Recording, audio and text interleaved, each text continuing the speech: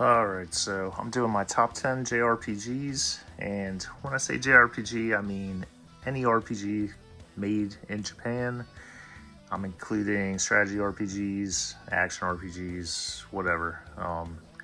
That's how I do my list. So I gotta tell you, this was very hard to pick 10, which is why I ended up with 11. But we're gonna start out with our honorable mention is Disgaea Afternoon of Darkness. Now, this is obviously the PSP version. I originally played this on PS2. It's an action RPG, and it's just total insanity. And this series has, I don't even know, countless sequels and spin-offs and everything. But when this came out, if you like strategy RPGs, there's so much to do in this game. You could spend thousands of hours just grinding away, and it's just a great game. It's like a fun, pretty amusing story. Characters are cool. It's really good. So that is my honorable mention, and we're gonna move on to number 10. Is Dragon Quest VIII. You can see that. I paid $50 for this. This is my original copy. Comes in this nice cardboard box. I actually kept this in pretty decent shape. Let's see what we got in here. You get the manual, which is too big to fit. Oh, it might fit in the game case. I don't think it does though. I still have my original receipt from EB Games. Let's see what year this was. November 16th, 2005, I bought this. And this came with the demo for Final Fantasy XII, which I was definitely very excited for that too. And I do like that game, but spoilers, that did not make the top 10. So, yeah, Dragon Quest VIII.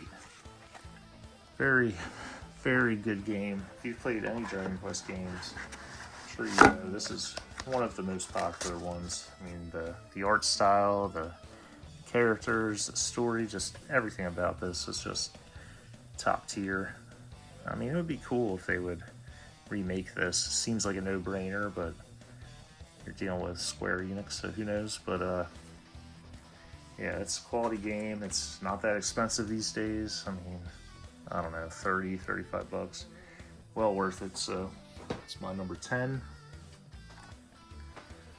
All right, number 9, we've got Persona 4.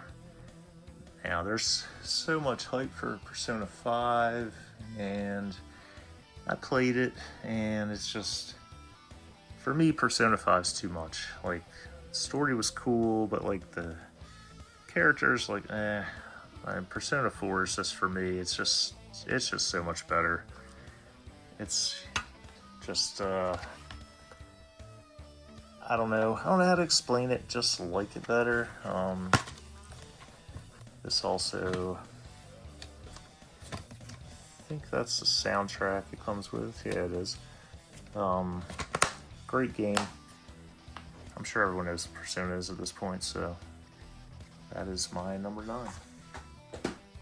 Now, number 8, this was hard because I was going back and forth. Should it be number 2 or number 3? And I settled on number 3. I just like it a little bit more.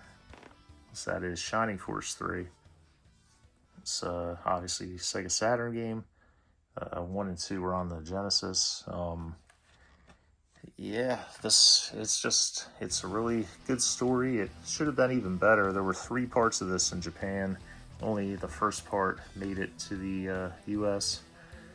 It's one of the later Saturn games that ever came out. And I remember buying this. It's probably at Funko Land back in the day for, I don't know, it was brand new. I think it was probably 50 bucks. Definitely a good deal when you see what this goes for now. Yeah, Shining Force series, strategy, role-playing, but they have towns, and, it's different than your standard strategy games that come out now. It's you get really big parties and lots of characters, and it's just a good time. So with that, next, and it's tough putting it here, but gotta do it. We got Final Fantasy Tactics. Man, I'm excited for the re-release or the remaster they're calling it. It's coming out. The voice acting and everything that's going to be awesome. But so this is the PSP version. Originally a PlayStation 1 game, which I did get it when it came out on PlayStation 1. Somehow I no longer have that. I don't know what happened to it, but I just bought another one, so that should be arriving soon. But the PSP version added, I think it was a new translation. It added some new stuff. I kind of always prefer original versions, but I'm definitely looking forward to the new remaster.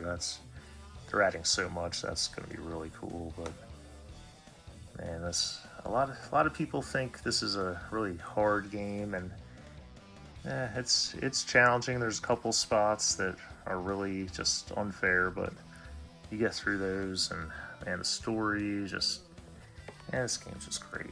So yeah, that is number, what was that, 6?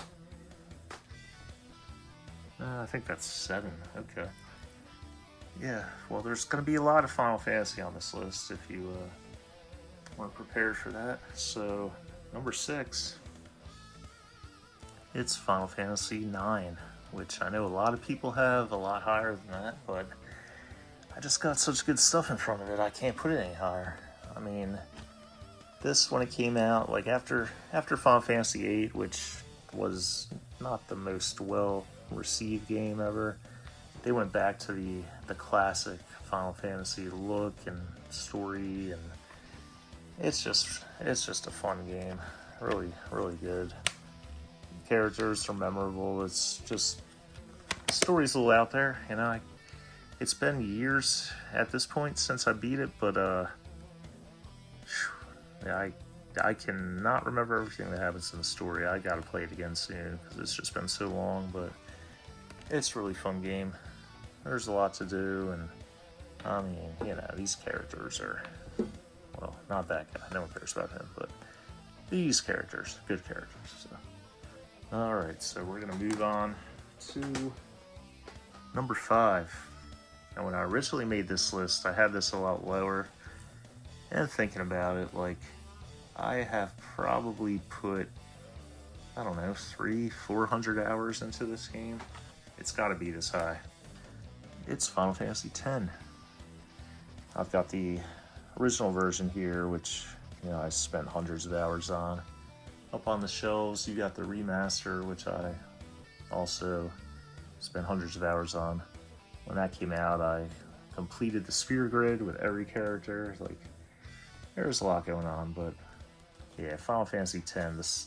The first time I played it, didn't really sink in. The story was wasn't that into it. Second time I played it, everything made more sense, and now it's one of my favorite games. There's a couple annoying parts, like those the Cloister of Trials, forget them, but everything else about the game is just really good. Though fairly easy game. Time you get to the end, you one-shot the last boss. I mean, that's kind of not the best, but it is what it is. So that was number 5. Now number 4, I don't even know what to say about this. We got Xenogears. This is also my original copy. Man, at the time, I was buying anything that, Squaresoft at the time was putting out, and this just had everything I was looking for. You got mechs, you got kung fu shit, and you got RPG. So I was in, and I had no idea what I was getting into. This story is crazy in this game.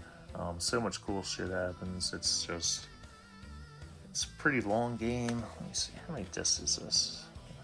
It's only 2 discs, but not as many FMVs as some of the other Square games, but yeah, just two people complain about because apparently they were running out of time to finish the game, and there's a lot of, someone sitting in a chair telling you what's going on instead of playing through it, but still good. Story hits hard. If you never played Xenogears, get on that. Really good game.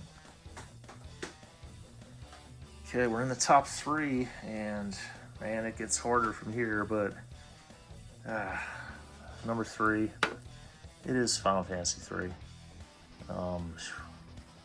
Man, like, I played Final Fantasy 7 before I played any other Final Fantasy game, so going back to, well, this is actually 6, everyone probably knows that, but going back to 6 was like a revelation. Like, I did not know that games on Super Nintendo were that good, so it's more of a Genesis guy my whole life, so when I played this, like, man, the story, like Kefka, like one of the best villains you'll ever see, and just the characters, like everything about that game is so good. The music, I mean, I've played through this many times. There's so much to do. It's just so good. So, I mean, if you're younger and you never went back in time to play these old games, like, play this one. You'll get hooked on that. So. All right, we're in the top 2. People might be able to guess what's up there, but number 2 is Suikoden 2.